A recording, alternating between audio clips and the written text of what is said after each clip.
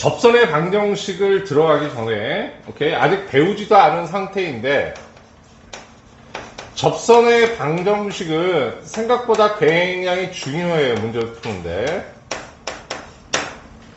오케이? 왜 그러면 접선의 방정식이 중요하냐라고 얘기하면 이런 거야. 자, 대표적으로 이제 곡선하고 직선이 있어. 그럼 곡선과 직선. 아니면 곡선과 곡선. 이런 사이의 관계는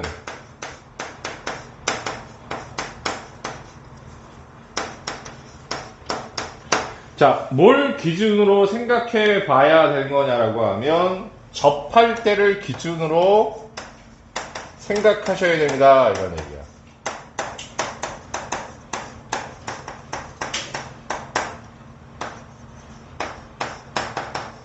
사고한다? 생각한다. 오케이? 그러면 쌤이 무슨 말씀을 드렸냐라고 하면 자, 앞으로 이제 곡선, 직선, 그 다음에 곡선과 곡선 사이 이런 관계들을 물어보는 게 많아. 이렇게 얘기할 때, 그때 여러분들이 하셔야 될 뭐냐라고, 이런 뭐냐면, 자, 이런 관계를 여러분이 파악하실 때는 접할 때를 기준해서 생각하시면 됩니다. 이거 있잖아. 접선의 방정식이 어디에 이런 게 나오질 않아. 나중에 이제 뒤로 가서 응용 문제 가야지 이제 접선이 이런 데 쓰입니다. 가장 중요하게 쓰이는 건 이런 겁니다. 라는 얘기야. 그러면 이렇게 하면 너무 관념적인 이야기만 선생님이 해드렸으니까 무슨 소리예요? 이렇게 얘기하면 이제 좀 있으면 이런 곡선을 보게 되는데 이게 3차 곡선의 가장 대표적인 어떤 특징을 갖는 곡선이에요. 알겠습니까? 이렇게 됐을 때 자, 이것과 어떤 기울기를 갖는 직선이 있는데 기울기가 일정한 직선이 있는데 자, 얘네들 사이에 뭘 생각하냐라고 하면 교점의 개수. 그 교점의 개수는 나중에 방정식의 근이 됩니다. 알겠습니까? 그럼 그런 교점의 개수는 어떻게 파악할까요? 라고 얘기한다고 하면 이렇게 파악하시는 겁니다. 기울기가 이쯤이라고 하면 자, 이 점에서 어떻게 되는 거니? 접하는 접선이 하나 나오겠지? 자, 이런 상태가 지금 하나 되고요. 그 얘가 쭈루루루룩 더 내려가면 같은 기울기를 갖는다는 전제하에서 생각해보면 요쯤 되는 이런 상태의 또 접선을 생각해 볼 수가 있어. 자, 그렇게 되면 교점의 개수, 이건 예를 하나 선생님이 들어주는 거야.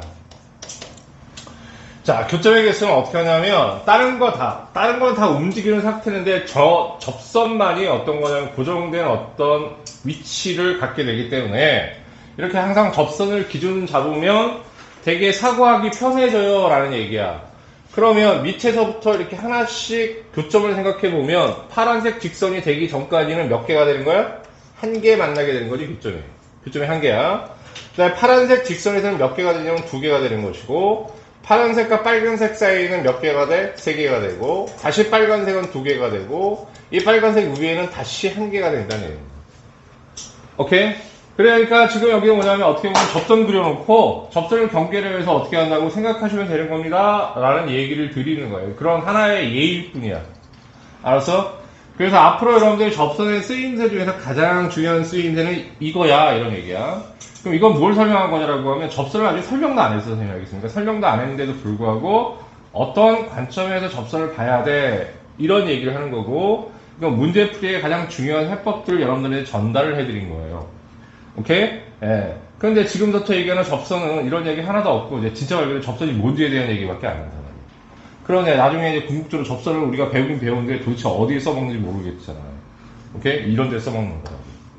개념이라는 것은 항상 뭐냐면, 이게 뭔지를 알았으면, 그럼 어떻게 쓰느냐까지 알아야 되고, 그 다음에 그렇게 쓸 때 어떠한 디테일을 적용해서 문제를 푸는지까지도 확인을 해야 됩니다. 이게 개념이야. 알았어? 오케이? 접선이 뭐다가 아니고. 아시겠어요? 예. 그래서, 이 이야기를 먼저 드렸습니다. 접선의 방정식은 이런 데 쓰입니다. 라는 말씀을 이제 드렸어요. 지금부터 이제 접선의 방정식을 갑시다. 자, 1번. 제목이 뭐냐면, 접선의 방정식이 아니고, 접선의 기울기야, 기울기. 오케이? 첫 번째. 자, 우리가 다음과 같은 이러한 곡선이 하나 있다고 치고, 이걸 fx라고 하죠.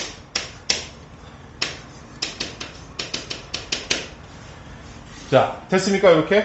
자, 곡선이 이렇게 하나 있다고 치고, 자, 이런 곡선에서 뭘 생각하냐면 하나의 점을 생각하겠습니다. 자, 이 점을 A, 그 다음에 여기다 대입하면 FA가 되니까 A, FA라고 하죠. 오케이?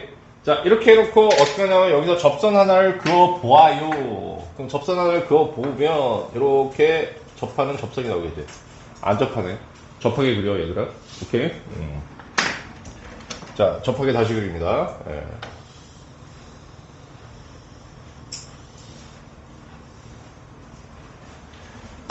자, 괜찮습니까, 여기까지? 오케이. 됐지? 됐지? 예. 자, 그럼 이제 우리에서 우리 뭘 공부했냐라고, 앞에서 뭘 공부했냐고 하면, 미분계수 F'A라는 것을 공부했어. 그럼, 자, 현주한테 물어볼게. 미분계수 F'A는 뭐가 되는 거야? X는 A에서의 접선의 기울기. 벌써 다 배운 거잖아. 그죠? X는 A에서의 접선의 기울기.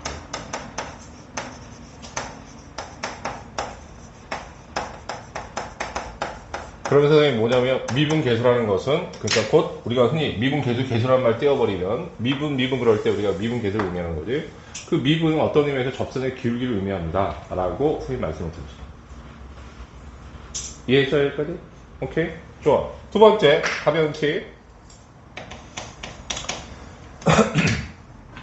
자, 예를 들어서 요게 각이 세타야. 그럼 세타라는 것은 하나의 각이 있으면 기울기는 뭘로? 사인, 코사인, 탄젠트 중에 뭘로 표현되니, 연우야? 기울기가 표현되는 방식? 탄젠트로 표시되지?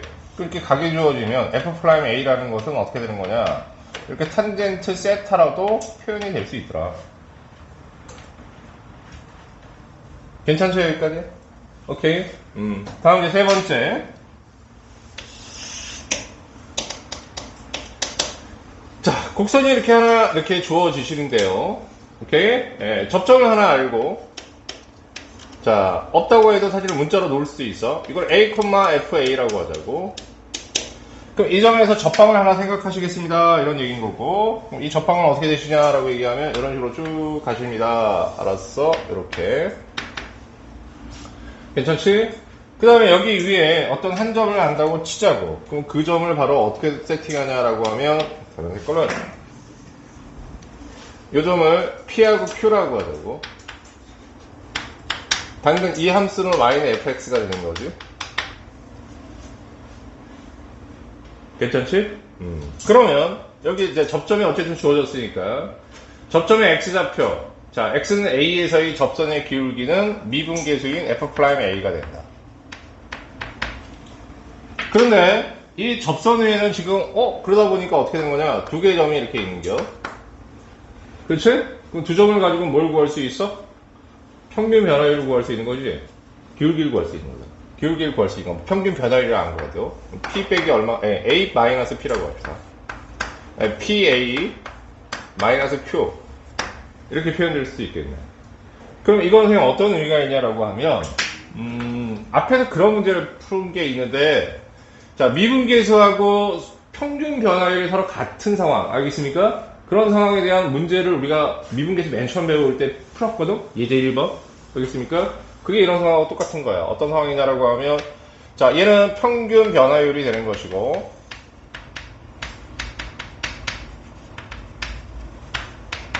얘는 뭐가 되는 거냐면, 그러면 미분계수 이렇게 얘기하지만, 또 이제 똑같이 라인 맞춰주면 순간 변화율이 되겠지. 순간 변화율과 미분계수가 서로 같은 상황이야 라는 얘기고, 가끔 이러한 식 형태의 두 점이 나왔을 때 이 식을 가지고 이렇게 식을 만들면 좀 편한 경우가 있어. 팁을 하나 더 알려드립니다. 그래서 접선의 기울기에선 딱 이만큼만 기억하시면 되지 않을까요? 라고 이제 생각이 듭니다.